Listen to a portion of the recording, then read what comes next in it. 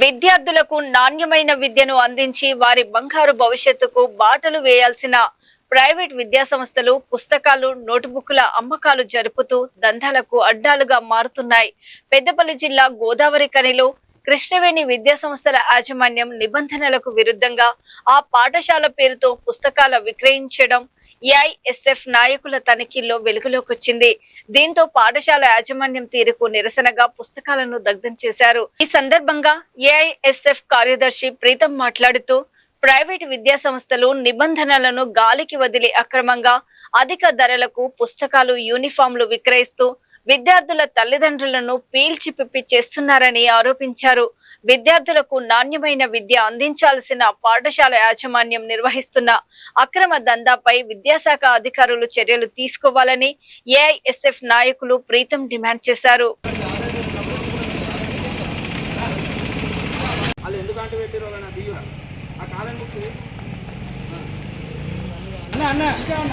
మాట్లాడుకోండి ప్రీతం సార్ మాట్లాడుకోండి.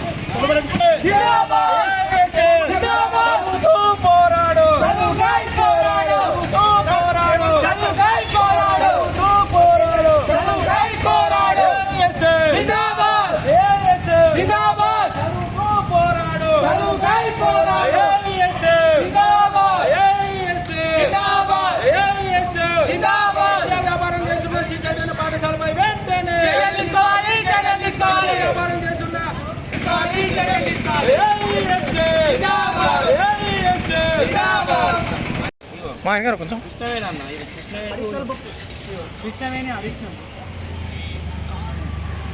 ఓకేనా, ఇదంతా కృష్ణవేణి ఓన్లీ అది కృష్ణవేణి బయట కృష్ణవేణా బయట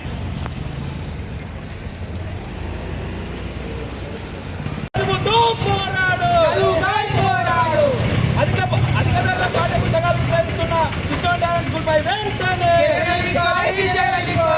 పాఠ్య పుస్తకాలు విక్రయిస్తున్న కృష్ణ టాలెంట్ స్కూల్ పై వెంటనే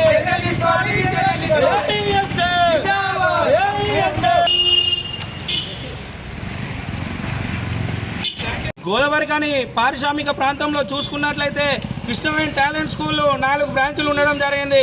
ఇక్కడ గోదావరి కానీ పారిశ్రామిక ప్రాంతంలో ఉన్నటువంటి 4 బ్రాంచులకు ఇక్కడ ఉన్నటువంటి మీనాక్షి ఎంటర్ప్రైజెస్ ఇక్కడ బుక్స్ అమ్మడం జరుగుతూ ఉంది.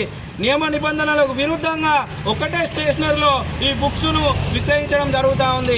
ఒక జిఎస్టీ తెచ్చుకొని ఇక్కడ దర్జాగా దోపిడీ చేయడం జరుగుతూ ఉంది.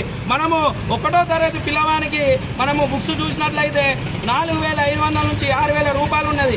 దాన్ని మనం ఇక్కడ ఒక సిరీ వెడ్డింగ్ మాల్, అది మన పత్రికలు తయారవుతారు, అందులో మనం ప్రింట్ చేపిస్తే 1,500 1,000 రూపాయలు అయిపోతుంది. కానీ వీళ్ళు ఒక్క బుక్స్ మీద 3,000 రూపాయలు. అంటే ఈ 4 బ్రాంచులకు మనం చూసుకున్నట్లయితే కోట్లాది రూపాయలను ఇక్కడ వీళ్ళు దోచుకోవడం జరుగుతూ ఉంది. అసలు వీళ్ళు విద్యార్థులకు ఏం సందేశం ఇద్దామనుకుంటున్నారు? విద్యా వ్యాపారం చేస్తూ విద్యార్థులకు ఏం మెసేజ్ ఇద్దామనుకుంటారు అని చెప్పి నేను సూటిగా ప్రశ్నిస్తూ ఉన్నాను. అదేవిధంగా డిస్ట్రిబ్యూటర్స్తోని ప్రత్యేకంగా పర్సెంటేజ్ మాట్లాడుకొని ఇక్కడ విక్రయించడం జరుగుతూ ఉన్నది.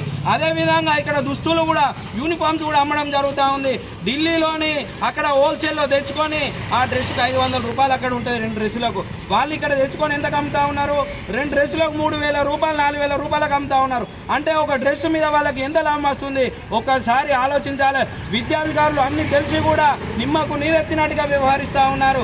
ఇక్కడ ఇట్లా విద్యా వ్యాపారం చేస్తున్న పాఠశాలలపై ఇదే రకమైనటువంటి దాడులు తప్పవని కూడా ఈ సందర్భంగా హెచ్చరిస్తూ ఉన్నాను. తల్లిదండ్రులను రక్తం తాగుతూ తల్లిదండ్రులను ఇబ్బందులకు గురి చేస్తే దాడులు తప్పవని ఏఎస్ఎఫ్గా హెచ్చరిస్తూ ఉన్నాను.